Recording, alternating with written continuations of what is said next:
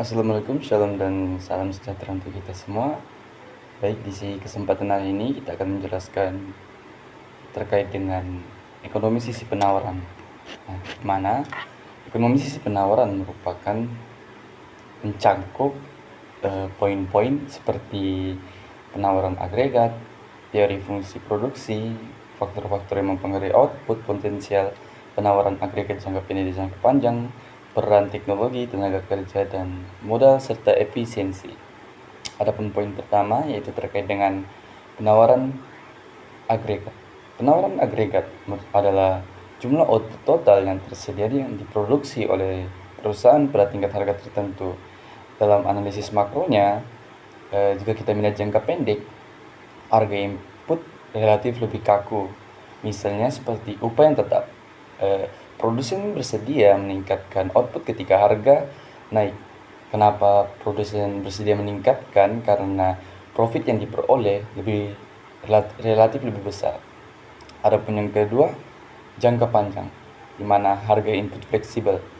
Output berada pada tingkat potensi, tidak dipengaruhi oleh harga, tetapi oleh kapasitas produk, seperti modal, tenaga kerja, dan teknologi yang akan mempengaruhi harga. Adapun yang kedua, fungsi agregat, di mana Noperi menekankan peran fungsi produksi sebagai dasar teori sisi penawaran, yaitu Y sama dengan fungsi KLT, di mana Y sebagai output total, K sebagai kapital, L sebagai tenaga kerja atau lebih sering dikenal sebagai labor, T sebagai teknologi, yang memiliki ciri utama. Jika modal dan tenaga kerja meningkat, otomatis akan meningkatkan output.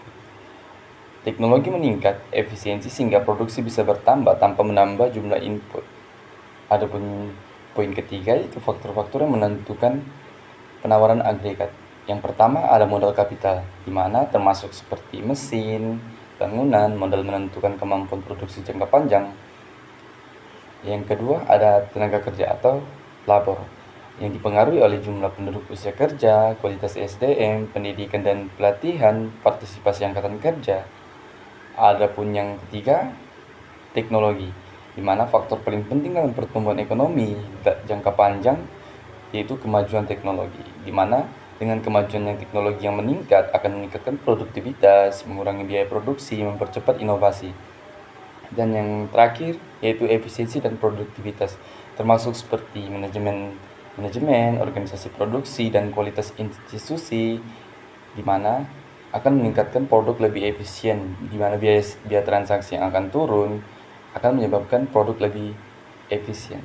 Adapun poin yang keempat terkait dengan kurva penawaran agregat. Nah, di kurva penawaran agregat ini terdapat dua bentuk. Yang pertama ada SRES, di mana menanjak positif slope.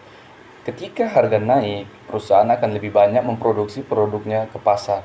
Adapun bentuk yang kedua ada LRAS, yaitu vertikal pada tingkat output potensial. Artinya, output jangka panjang tidak ditentukan oleh tidak ditentukan oleh harga, akan tetapi ditentukan oleh faktor real. Adapun poin berikutnya itu kebijakan sisi penawaran atau supply side policies. Yang pertama, ada kebijakan pasar tenaga kerja, di mana dengan kebijakan ini akan meningkatkan keterampilan, reformasi upah, insentif pelatihan tenaga kerja. Ada kebijakan kedua yaitu kebijakan investasi dan modal, di mana dengan kebijakan ini pajak rendah untuk melakukan investasi, subsidi peralatan, kemudahan izin usaha. Yang berikutnya ada kebijakan teknologi, riset dan pengembangan teknologi, transfer teknologi, digitalisasi produksi. Adapun yang berikutnya terkait dengan kebijakan kelembagaan, di mana dengan kebijakan kelembagaan ini akan terjadinya reformasi birokrasi, perlindungan hak milik, penegakan hukum usaha. Kebijakan ini bertujuan untuk menggeser LRES ke kanan, yaitu memperbesar kapasitas produksi jangka panjang. Adapun materi yang berikutnya terkait dengan pertumbuhan ekonomi dan perspektif sisi penawaran. Dalam buku Mopirin, pertumbuhan ekonomi jangka panjang terutama ditentukan oleh A. Pertumbuhan modal atau capital depending. Yang kedua ada pertumbuhan tenaga kerja. Yang ketiga ada kemajuan teknologi. Yang keempat ada peningkatan produksi total faktor. Permintaan agregat hanya menentukan fluktuasi jangka pendek, sedangkan sisi penawaran menentukan pertumbuhan yang berkelanjutan. Materi berikutnya itu keterkaitan dengan isu makroekonomi lainnya. Sisi penawaran terhubung dengan yang pertama ada inflasi, di mana jika permintaan lebih cepat dari kapasitas produksi, maka akan meningkatkan inflasi. Adapun solusi yang bisa kita terapkan yaitu meningkatkan penawaran agregat atau AS melalui produktivitas. Yang kedua ada pengangguran.